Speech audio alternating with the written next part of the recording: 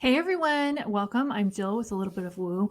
I'm just going to continue my little continuing series on how to develop your intuition by today talking about how to come up with the answer to a question. Should I be doing one thing or another thing? Kind of the options question. This is one that comes up a lot in readings with clients. And I'm going to tell you, I always start with my little ritual. I did a video on that.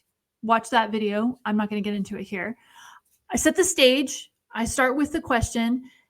This happens a lot with clients. They want to know, let me just give you an example. It comes up a lot. Should I be dating Bob or Bill? So for me, what I will do is I'll put Bob on one side and Bill on the other side. And I kind of got a sense of where do I lean to, or what seems more positive. And I'll look for the energy. I'll feel it. I'll feel into one person's energy. I'll feel into another person's energy. A lot of times this is while I'll have the client tell me their name, because I can kind of get a sense of their energy from their name. And then sometimes the answer is neither, right? Sometimes I'll get a lot of information. Sometimes I won't get a lot of information. But I'm telling you my little process so that you can do this for yourself and start to understand which option you should do. So again, back to this. For me, I will put one option on one side, one option on the other. Occasionally a person has three options. I don't usually work as well with three because the middle doesn't seem to, I can't lean into the middle as much. So I'll just pick two and start there. Which one is better? Tend to be drawn more to one option or another. Or sometimes I will get a feeling when one option feels really negative, or I'll see like a gray light around them, or I'll get a feeling for it, or I'll have my spirit guide or my client's spirit guide. Sometimes we'll just say no, hard no on that one.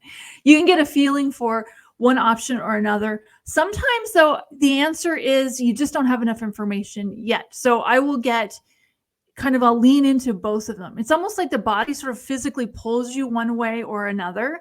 You can do this with food too. Like if you're trying to figure out if the orange or the apple is better for you, those are probably both good for you, but try it with something not so obvious, right? Grab an apple and then grab a bag of Doritos. See which one your body leans towards. You'll kind of get a sense of how that works. It's very subtle. It's not like you fall over, but you will kind of get a sense of that.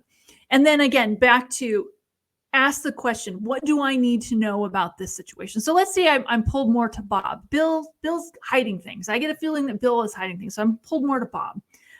Kind of lean into, what do I need to know about Bob? Well, Bob's a really nice guy. I see him going to church a lot. I see him taking care of animals and puppies and orphans and all of the good things. And I might convey that information to the client.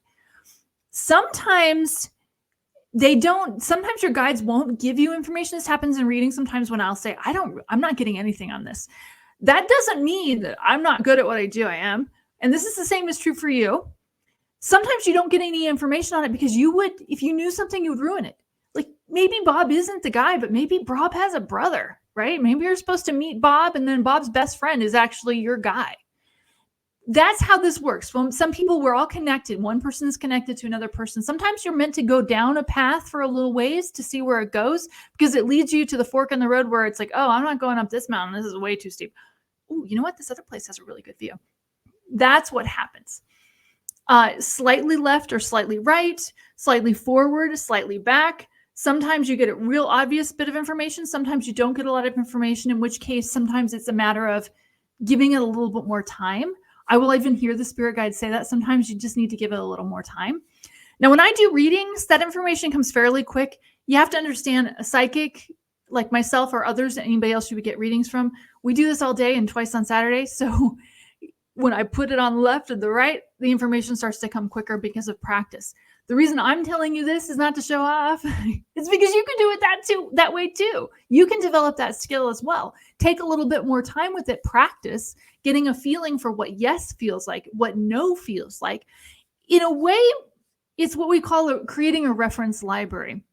What is no? Is no, I fall over. Is no, I lean forward. Is no means something else. Come up with what no means and then what yes means for yes or no type questions. Sometimes the answer to the question is you have to take all of those options. Maybe Bob and Bill are both great guys and you're going to get to know both of them, and Bill's sister is going to become your best friend and Bob's best friend is going to become your boyfriend. Allow for that, but just know that you're going to start to develop your own reference library, which is in a way developing your own intuition. When I say something means something to me, It may not mean that same thing to you or to anyone else. And the same thing with what the books tell you and what the training will tell you. Allow for it to mean something for you. I had a friend who his stomach would start to get twittery when he wasn't supposed to do something. And so he paid a lot of attention to that. That was just his information. Now, that doesn't work for me because that's not how my body works. My stomach doesn't do that when it's a no. Play with this. Don't be so hard on it. And just start to intuition is really starting to understand yourself and the way you get messages. You can also even ask your spirit guides, start to show me how you like to communicate with me. Just talk to them. They can hear you. You don't need me. You just talk to them right now. Say it out loud. Not in public that people think you've got schizophrenia.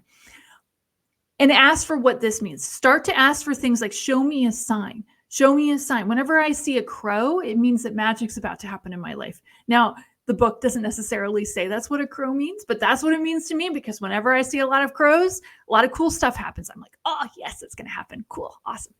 Play with that for yourself and start to develop your own intuition so that you don't have to listen to me.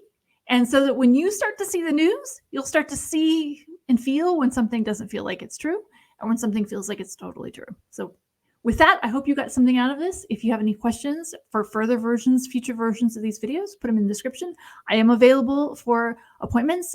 There's a link in the description. It's just my name, JillKThomas.com. Thanks so much. See you next time. Bye-bye.